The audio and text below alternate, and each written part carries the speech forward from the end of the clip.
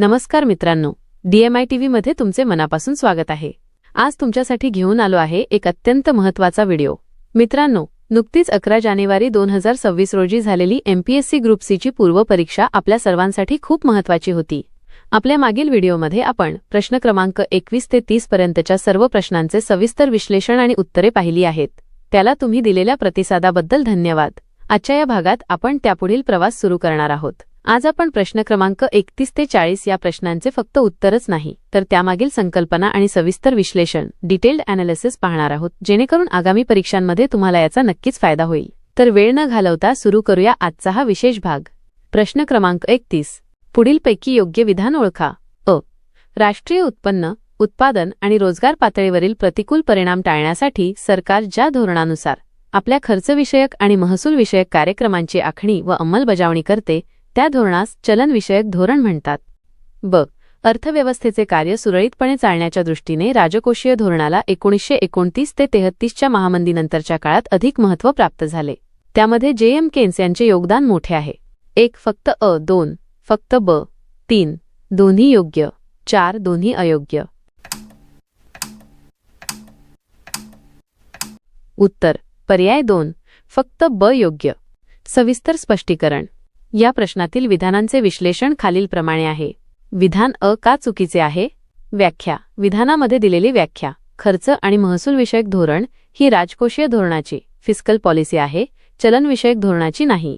राजकोषीय धोरण हे सरकारद्वारे राबवले जाते, ज्यामध्ये कर, रेव्हेन्यू आणि सार्वजनिक खर्च एक्सपेंडिचर यांचा वापर करून अर्थव्यवस्थेवर नियंत्रण मिळवले जाते। चलनविषयक धोरण मॉनेटरी पॉलिसी हे देशाच्या मध्यवर्ती बँकेद्वारे उदा. भारतात RBI राबवले जाते। यामध्ये व्याजाचे दर आणि पैशाचा पुरवठा नियंत्रित केला जातो।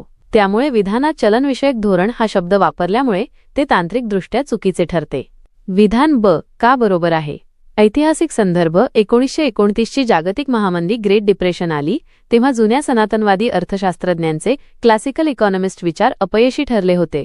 J.M. केन्स यांचे योगदान लॉर्ड जॉन मेनार्ड केन्स यांनी त्यांच्या the general theory of employment, interest and money 1936 या पुस्तकात मांडले की मंदीतून बाहेर पडण्यासाठी सरकारने अर्थव्यवस्थेत हस्तक्षेप करणे आणि सार्वजनिक खर्च वाढवणे आवश्यक आहे। येथूनच राजकोषीय धोरणाला फिस्कल पॉलिसी आधुनिक अर्थशास्त्रात अत्यंत महत्त्व प्राप्त झाले। प्रश्न क्रमांक 32, पुढीलपैकी बरोबर जोडी कोणती ते शोधा। 1 14वा वित्त आयोग YV रेड्डी। 2 10वी पंचवार्षिक योजना 2003 ते 2008। 3 सीमा शुल्कातील घट, वित्तीय क्षेत्रातील सुधारणा। 4 2022 ते 23 मधील केंद्र सरकारची वित्तीय तूट, स्थूल देशांतर्गत उत्पादनाच्या 5.8%। उत्तर बरोबर जोडी 1 14वा वित्त आयोग YV रेड्डी। सविस्तर स्पष्टीकरण। दिलेल्या पर्यायांचे विश्लेषण खालीलप्रमाणे आहे। 1 14वा वित्त आयोग, 14वा फायनान्स कमिशन ही जोडी योग्य आहे। भारतीय रिझर्व्ह बँकेचे रिझर्व्ह बँक ऑफ इंडिया माजी गव्हर्नर डॉक्टर YV रेड्डी हे 14व्या वित्त आयोगाचे अध्यक्ष होते। या आयोगाचा कालावधी 2015 ते 2020 असा होता। या आयोगाची सर्वात महत्त्वाची शिफारस म्हणजे केंद्रीय करांमधील राज्यांचा हिस्सा 32% वरून वाढवून 42% करणे ही होती। 2 10वी पंचवार्षिक योजना ही जोडी चूक आहे। 10व्या पंचवार्षिक योजनेचा खरा कालावधी 1 एप्रिल 2002 ते 31 मार्च 2007 असा होता। पर्यायात दिलेला 2003 ते 2008 हा काळ चुकीचा आहे। 3 सीमा शुल्कातील घट, रिडक्शन इन कस्टम्स ड्युटी ही जोडी चूक आहे। सीमा शुल्कातील बदल हे व्यापार व परकीय क्षेत्र सुधारणा किंवा राजकोषीय सुधारणांचा फिस्कल रिफॉर्म्स भाग मानले जातात। वित्तीय क्षेत्र सुधारणा फायनान्शियल सेक्टर रिफॉर्म्स प्रामुख्याने बँकिंग, विमा आणि शेअर बाजार यांच्याशी संबंधित असतात। उदा. रोख राखीव प्रमाण कॅश रिझर्व्ह रेशो किंवा वैधानिक तरलता प्रमाण स्टॅच्युटरी लिक्विडिटी रेशो यामध्ये बदल करणे। 4 2022 ते 23 मधील केंद्र सरकारची वित्तीय तूट, फिस्कल डेफिसिट ही जोडी चूक आहे। भारत सरकारच्या अधिकृत आकडेवारीनुसार आर्थिक वर्ष 2022 ते 23 साठीची वित्तीय तूट, फिस्कल डेफिसिट ही स्थूल देशांतर्गत उत्पादनाच्या ग्रोस डोमेस्टिक प्रोडक्ट 6.4% इतकी होती। प्रश्नात दिलेला 5.8% हा आकडा चुकीचा आहे। 5.8% हे 2023 ते 24 च्या सुधारित अंदाजासाठीचे उद्दिष्ट होते। प्रश्न क्रमांक 33, राष्ट्रीय लोकसंख्या धोरण 2000 च्या उद्दिष्टात खालीलपैकी कशाचा समावेश होतो? एकूण प्रजनन दर घटविणे, ब 2045 पर्यंत लोकसंख्या स्थिर करणे. क. स्त्री पुरुष लिंगभाव समानता आणणे. ड. 2045 पर्यंत 100% नागरीकरण साध्य करणे.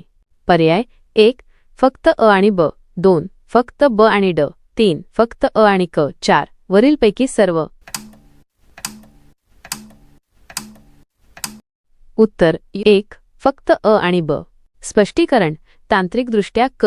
स्त्री पुरुष समानता हे सामाजिक लक्ष्यांचा भाग असले तरी दिलेल्या पर्यायांच्या रचनेनुसार आणि मुख्य लोकसंख्याशास्त्रीय उद्दिष्टांनुसार अ आणि ब हे सर्वात अचूक पर्याय ठरतात. ड हे विधान पूर्णपणे चुकीचे आहे. सविस्तर स्पष्टीकरण. भारत सरकारने 15 फेब्रुवारी 2000 रोजी राष्ट्रीय लोकसंख्या धोरण 2000 जाहीर केले. हे धोरण डॉक्टर मोंकोंबू सांबशिवन स्वामीनाथन समितीच्या अहवालावर आधारित होते. या धोरणाची मुख्य उद्दिष्टे 3 कालखंडांत विभागली आहेत. 1. तात्काळ उद्दिष्ट. आरोग्यविषयक पायाभूत सुविधांमध्ये सुधारणा करणे. गर्भनिरोधक साधनांचा पुरवठा करणे. आरोग्य कर्मचाऱ्यांची संख्या वाढवणे. 2. मध्यम मुदतीचे उद्दिष्ट. एकूण प्रजनन दर घटवून तो 2.1 पर्यंत पुनर्स्थापना स्तर खाली आणणे. म्हणून विधान अ बरोबर आहे. 3. दीर्घकालीन उद्दिष्ट. 2045 पर्यंत देशाची लोकसंख्या स्थिर करणे. म्हणून विधान ब बरोबर आहे. इतर सामाजिक उद्दिष्टे. मुलींच्या विवाहाचे वय वाढवणे, शक्यतो 20 वर्षांनंतर.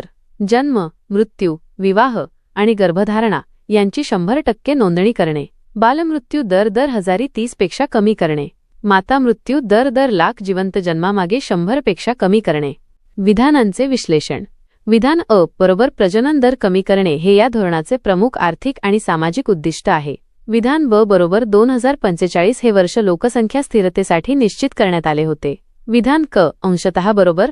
धोरणात महिला सबलीकरण आणि आरोग्यावर भर दिला आहे, पण मुख्य तांत्रिक उद्दिष्टांमध्ये अ आणि ब ला अधिक प्राधान्य दिले जाते. विधान द चुकीचे. 100% नागरीकरण साध्य करणे हे लोकसंख्या धोरणाचे उद्दिष्ट कधीच नव्हते. नागरीकरण हा लोकसंख्या वितरणाचा भाग आहे, लोकसंख्या नियंत्रणाचा नाही. प्रश्न क्रमांक 34. सार्वजनिक कर्जाच्या स्थिरतेसाठी सामान्यतः स्वीकृत निकष. अ. विशिष्ट कालावधीत कर्ज 0 असावे. ब.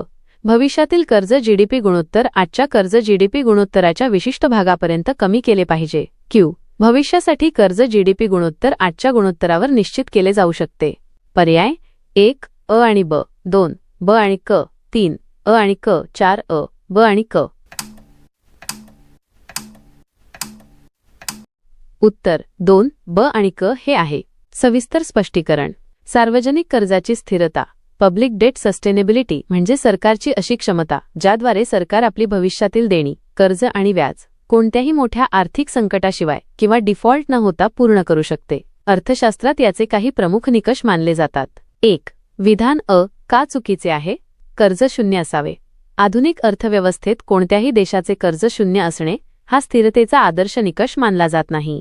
विकसित आणि विकसनशील अशा दोन्ही प्रकारच्या देशांना पायाभूत सुविधा आणि आर्थिक विकासासाठी कर्ज घेणे आवश्यक असते. महत्त्वाचे हे नसते की कर्जाची रक्कम किती आहे, तर महत्त्वाची असते ती कर्ज फेडण्याची क्षमता जीडीपीच्या तुलनेत. त्यामुळे कर्ज पूर्णपणे 0 करणे हा व्यावहारिक किंवा तांत्रिक निकष नाही. 2. विधान ब योग्य का आहे? कर्ज जीडीपी गुणोत्तर कमी करणे. जर एखाद्या देशाचे कर्ज त्यांच्या जीडीपी सकल देशांतर्गत उत्पादनाच्या तुलनेत खूप जास्त असेल तर ते भविष्यात एका विशिष्ट मर्यादेपर्यंत कमी करणे आवश्यक असते. जर कर्ज जीडीपी गुणोत्तर डेट टू जीडीपी रेशिओ कालांतराने कमी होत असेल तर याचा अर्थ त्या देशाची अर्थव्यवस्था कर्जाच्या ओझ्यापेक्षा अधिक वेगाने वाढत आहे. यामुळे कर्ज स्थिर सस्टेनेबल मानले जाते. 3. विधान क योग्य का आहे? गुणोत्तर निश्चित करणे. कर्ज स्थिरतेचा एक निकष असाही आहे की भविष्यातील कर्ज जीडीपी गुणोत्तर हे आजच्या पातळीवर स्थिर कॉन्स्टंट ठेवले जावे. याचा अर्थ असा की जरी कर्जाची एकूण रक्कम वाढत असली तरी ती जीडीपीच्या वाढीच्या प्रमाणातच असावी. यामुळे अर्थव्यवस्थेवर अतिरिक्त ताण येत नाही आणि कर्ज व्यवस्थापन सुलभ होते. निष्कर्ष. कर्ज स्थिरतेचा मुख्य उद्देश कर्ज पूर्णपणे संपवणे हा नसून ते नियंत्रणात इन कंट्रोल आणि आटोक्यात मॅनेजेबल ठेवणे हा असतो. म्हणूनच ब आणि क हे 2 तांत्रिकदृष्ट्या स्वीकारलेले निकष आहेत. भारत सरकार देखील एफआरबीएम ऍक्ट अंतर्गत कर्ज जीडीपी गुणोत्तर मर्यादित ठेवण्याचे उद्दिष्ट ठेवते, कर्ज 0 करण्याचे नाही. प्रश्न क्रमांक 35. अन्नधान्याचे बफर स्टॉक रिकामी जागा हे असतात. अ. किंमतीतील चढउतार मर्यादित करण्यासाठी. ब. अन्नधान्य निर्यात. क. बियाणे पुरवठा. ड. खुल्या बाजारात विकण्यासाठी. 1 अ, 2 अ आणि ड. 3 ब 4 क. उत्तर पर्याय 2 अ आणि ड. सविस्तर स्पष्टीकरण. Buffer stock. बफर स्टॉक म्हणजे काय? बफर स्टॉक ही सरकारद्वारे प्रामुख्याने भारतीय खाद्य निगम वजा FCI द्वारे राबवली जाणारी एक महत्त्वाची योजना आहे. यामध्ये गहू आणि तांदूळ यांसारख्या अन्नधान्याचा साठा करून ठेवला जातो. याचे मुख्य 2 उद्देश असतात, जे तुमच्या प्रश्नातील पर्यायांशी संबंधित आहेत. 1. किंमतीतील चढउतार मर्यादित करणे. पर्याय अ. जेव्हा एखाद्या वर्षी पावसामुळे किंवा अन्य कारणांमुळे पिकाचे उत्पादन कमी होते, तेव्हा बाजारात अन्नाचा तुटवडा निर्माण होऊन किंमती वाढू शकतात. अशा वेळी सरकार आपल्या साठ्यातील बफर स्टॉक धान्य बाजारात आणते, ज्यामुळे पुरवठा वाढतो आणि किंमती स्थिर राहण्यास मदत होते. 2. खुल्या बाजारात विक्री. पर्याय ड.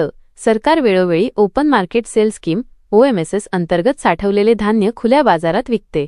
याचा उद्देश बाजारातील उपलब्धता वाढवणे आणि महागाईवर नियंत्रण मिळवणे हा असतो. इतर पर्याय चुकीचे का आहेत? ब.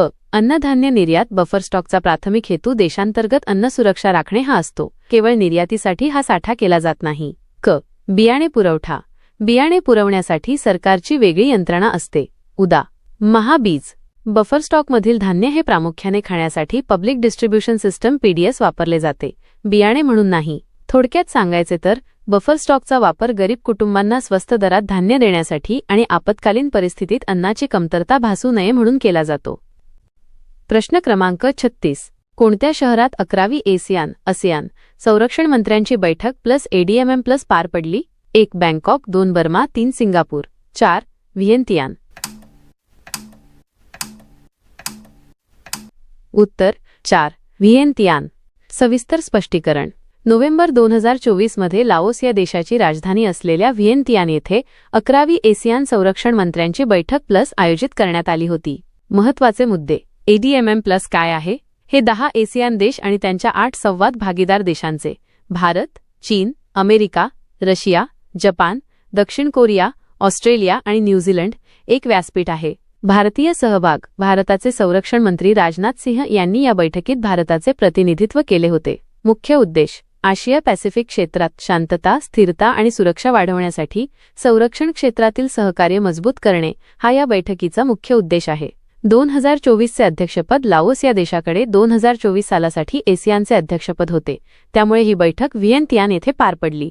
प्रश्न क्रमांक 37. अजिंठा वेरूळ चित्रपट महोत्सवात पद्मपाणी जीवन गौरव पुरस्काराने खालीलपैकी कोणाला सन्मानित करण्यात आले? 1. महेश कोठारे, 2. अशोक सराफ, 3. सई परांजपे, 4. सचिन पिळगावकर. उत्तर 3. सई परांजपे. सविस्तर स्पष्टीकरण. पुरस्काराचे नाव पद्मपाणी जीवन गौरव पुरस्कार, पद्मपाणी लाईफटाईम अचीव्हमेंट अवॉर्ड. महोत्सव 9वा अजिंठा वेरूळ आंतरराष्ट्रीय चित्रपट महोत्सव AIFF, जो छत्रपती संभाजीनगर पूर्वीचे औरंगाबाद येथे आयोजित करण्यात आला होता. विजेत्या ज्येष्ठ चित्रपट दिग्दर्शिका आणि पटकथा लेखिका सई परांजपे यांना हा मानाचा पुरस्कार देऊन गौरविण्यात आले. योगदान. सई परांजपे यांनी भारतीय चित्रपटसृष्टीत स्पर्श, चष्मे बहाद्दर आणि कथा यांसारख्या अजरामर चित्रपटांचे दिग्दर्शन केले आहे. त्यांच्या सिनेसृष्टीतील अमूल्य योगदानासाठी हा पुरस्कार त्यांना प्रदान करण्यात आला. इतर पर्यायांबाबत माहिती. अशोक सराफ यांना 2023चा महाराष्ट्र भूषण पुरस्कार आणि नुकताच चित्रपती व्ही. शांताराम जीवन गौरव पुरस्कार मिळाला आहे. महेश कोठारे आणि सचिन पिळगावकर हे देखील मराठी चित्रपटसृष्टीतील दिग्गज व्यक्तिमत्वे आहेत, परंतु या विशिष्ट महोत्सवात सई परांजपे यांची निवड करण्यात आली होती. प्रश्न क्रमांक 38. 1985 मध्ये विद्यापीठाच्या स्थापनेपासून इंदिरा गांधी राष्ट्रीय मुक्त विद्यापीठाच्या इजेनो पहिल्या महिला कुलगुरू म्हणून कोणाची नियुक्ती करण्यात आली आहे? 1. प्राध्यापक उमा कांजीलाल, 2. प्राध्यापक उज्ज्वला चक्रदेव, 3. डॉक्टर सुजाता शाही, 4. प्राध्यापक संगीता शुक्ला. उत्तर योग्य पर्याय आहे 1. प्राध्यापक उमा कांजीलाल. सविस्तर स्पष्टीकरण. ऐतिहासिक नियुक्ती. इंदिरा गांधी राष्ट्रीय मुक्त विद्यापीठाच्या इजिनो स्थापनेनंतर तब्बल 39 वर्षांनी प्राध्यापक उमा कांजीलाल यांची पहिल्या महिला कुलगुरू व्हाईस चान्सलर म्हणून नियुक्ती करण्यात आली आहे. 1985 मध्ये विद्यापीठाची स्थापना झाल्यापासून या पदावर विराजमान होणाऱ्या त्या पहिल्या महिला ठरल्या आहेत. अनुभव आणि योगदान. प्राध्यापक उमा कांजीलाल या इग्नूमध्येच ग्रंथालय आणि माहितीशास्त्र, लायब्ररी अँड इन्फॉर्मेशन सायन्स विभागाच्या प्राध्यापिका म्हणून कार्यरत होत्या. त्यांनी विद्यापीठात प्रति कुलगुरू प्रो व्हाईस चान्सलर म्हणूनही जबाबदारी सांभाळली आहे. डिजिटल शिक्षण. त्यांनी भारतातील स्वयं या डिजिटल शिक्षण प्लॅटफॉर्मच्या विकासात आणि अंमलबजावणीत अत्यंत महत्त्वाची भूमिका बजावली आहे. इग्नोबद्दल हे जगातील सर्वात मोठे मुक्त विद्यापीठ मानले जाते, ज्याचे मुख्यालय नवी दिल्ली येथे आहे. या नियुक्तीमुळे उच्च शिक्षण क्षेत्रातील महिलांच्या नेतृत्वाचा एक नवीन टप्पा गाठला गेला आहे. प्रश्न क्रमांक 39. मुख्यमंत्री माझी लाडकी बहीण योजनेत लाभार्थीसाठी वार्षिक उत्पन्न मर्यादा किती निर्धारित केली आहे? 1. 2.5 लाखपेक्षा कमी. 2. 4.5 लाखपेक्षा कमी. 3. 1.5 लाखपेक्षा कमी. 4. 8.5 लाखपेक्षा कमी. या प्रश्नाचे बरोबर उत्तर 1. 2.5 लाखपेक्षा कमी हे आहे. सविस्तर स्पष्टीकरण. महाराष्ट्र शासनाने महिलांच्या आर्थिक स्वातंत्र्यासाठी आणि त्यांच्या आरोग्यासाठी मुख्यमंत्री माझी लाडकी बहीण योजना सुरू केली आहे. या योजनेचा लाभ मिळवण्यासाठी शासनाने काही महत्त्वाच्या पात्रता अटी घातल्या आहेत. त्यापैकी उत्पन्नाची अट खालीलप्रमाणे आहे. उत्पन्न मर्यादा. अर्जदार महिलेच्या कुटुंबाचे एकत्रित वार्षिक उत्पन्न 2.5 लाख 2.5 लाख रुपयांपेक्षा जास्त नसावे. अपवाद. पिवळा व केसरी रेशन कार्ड. जर कुटुंबाकडे पिवळे किंवा केशरी रेशन कार्ड असेल तर त्यांना उत्पन्नाच्या दाखल्यातून सवलत देण्यात आली आहे. म्हणजेच ही रेशन कार्ड असणाऱ्यांना 2.5 लाखांच्या आत उत्पन्न असल्याचे गृहीत धरले जाते. योजनेचे स्वरूप. या योजनेअंतर्गत पात्र महिलांना दरमहा 1,500 रुपये थेट त्यांच्या बँक खात्यात डीबीटीद्वारे जमा केले जातात. इतर काही महत्त्वाच्या अटी. 1. लाभार्थी महिला महाराष्ट्राची रहिवासी असावी. 2. महिलांचे वय 21 ते 65 वर्षे दरम्यान असावे. 3. कुटुंबातील कोणताही सदस्य आयकरदाता इन्कम टॅक्स पेयर नसावा. 4. कुटुंबातील सदस्याच्या नावावर 4 चाकी वाहन ट्रॅक्टर वगळून नसावे. प्रश्न क्रमांक 40. सर्वोच्च न्यायालयाने 12 सप्टेंबर 2025 मध्ये घर खरेदी करणाऱ्यांच्या हिताचे रक्षण करण्याच्या उद्देशाने महत्त्वपूर्ण निर्णय देताना आवासाचा अधिकाराला संविधानाच्या कुठल्या अनुच्छेदानुसार मूलभूत अधिकार म्हणून घोषित केले आहे? 1. अनुच्छेद 19. 2. अनुच्छेद 21. 3. अनुच्छेद 20. 4. अनुच्छेद 32. उत्तर पर्याय 2. अनुच्छेद 21. सविस्तर स्पष्टीकरण. सर्वोच्च न्यायालयाने वेळोवेळी दिलेल्या निर्णयांमध्ये अनुच्छेद 21 आर्टिकल 21 ची व्याप्ती वाढवली आहे. अनुच्छेद 21 हे भारतीय संविधानातील सर्वात महत्त्वाच्या कलमांपैकी एक असून ते जीवाचे आणि वैयक्तिक स्वातंत्र्याचे संरक्षण सुनिश्चित करते. या निर्णयामागील काही महत्त्वाचे मुद्दे खालीलप्रमाणे आहेत. सन्मानाने जगण्याचा अधिकार. अनुच्छेद 21 नुसार केवळ जिवंत राहणे म्हणजे जगण्याचा अधिकार नाही, तर मानवी सन्मानाने जगणे अपेक्षित आहे. निवारा किंवा घर ही मानवाच्या मूलभूत गरजांपैकी एक असल्याने त्याशिवाय सन्मानाने जगणे अशक्य आहे. आवासाचा अधिकार. Right to shelter. सर्वोच्च न्यायालयाने यापूर्वीही अनेक प्रकरणांमध्ये उदा. चमेली सिंग विरुद्ध उत्तर प्रदेश राज्य असे नमूद केले होते की घराचा अधिकार हा जगण्याच्या अधिकाराचा अविभाज्य भाग आहे. सप्टेंबर 2025 मधील या ताज्या निकालाने घर खरेदी करणाऱ्यांच्या होमबायर्स हक्कांना अधिक बळकटी दिली आहे. बिल्डरांची जबाबदारी. हा निर्णय विशेषतः अशा प्रकरणांमध्ये दिला गेला जिथे बिल्डर्सकडून घराचा ताबा मिळण्यास विलंब होतो किंवा ग्राहकांची फसवणूक होते. न्यायालयाने स्पष्ट केले की निवारा मिळणे हा केवळ कायदेशीर करार नसून तो एक मूलभूत अधिकार आहे. इतर कलमे का नाहीत? अनुच्छेद 19 हे भाषण स्वातंत्र्य आणि इतर 6 स्वातंत्र्यांशी संबंधित आहे. अनुच्छेद 20 हे अपराधांबद्दलच्या दोषसिद्धीबाबत संरक्षण देते. अनुच्छेद 32 हा घटनात्मक उपाययोजनांचा अधिकार आहे, ज्याद्वारे आपण मूलभूत अधिकारांच्या संरक्षणासाठी थेट सर्वोच्च न्यायालयात जाऊ शकतो. तर मित्रांनो, आजच्या या व्हिडिओमध्ये आपण MPSC ग्रुप Cच्या प्रश्नपत्रिकेमधील प्रश्न क्रमांक 31 ते 40 सविस्तरपणे अभ्यासले आहेत. मला खात्री आहे की या प्रश्नांच्या उत्तरांसोबतच मी दिलेले स्पष्टीकरण तुम्हाला येणाऱ्या परीक्षेसाठी नक्कीच फायदेशीर ठरेल. जर तुम्हाला या प्रश्नांबाबत काही शंका असतील किंवा एखादा मुद्दा समजला नसेल तर खाली कमेंट बॉक्समध्ये नक्की विचारा. मी तुमच्या प्रश्नांची उत्तरे देण्याचा नक्कीच प्रयत्न करेन. पुढच्या व्हिडिओमध्ये आपण याच मालिकेतील पुढचे महत्त्वाचे प्रश्न क्रमांक 41 ते 50 घेणार आहोत, त्यामुळे तो व्हिडिओ सुद्धा पाहायला विसरू नका. आजचा हा व्हिडिओ तुम्हाला आवडला असेल आणि माहितीपूर्ण वाटला असेल तर व्हिडिओला लाईक करा आणि तुमच्या स्पर्धा परीक्षेचा अभ्यास करणाऱ्या मित्रांसोबत हा व्हिडिओ शेअर करा. आणि हो, अशाच नवनवीन शैक्षणिक व्हिडिओंच्या अपडेट्ससाठी आपल्या DMI TV चॅनलला नक्की सबस्क्राईब करा आणि शेजारील बेल आयकॉनवर क्लिक करा. पुन्हा भेटूया पुढच्या व्हिडिओमध्ये. तोपर्यंत अभ्यास करत रहा. धन्यवाद.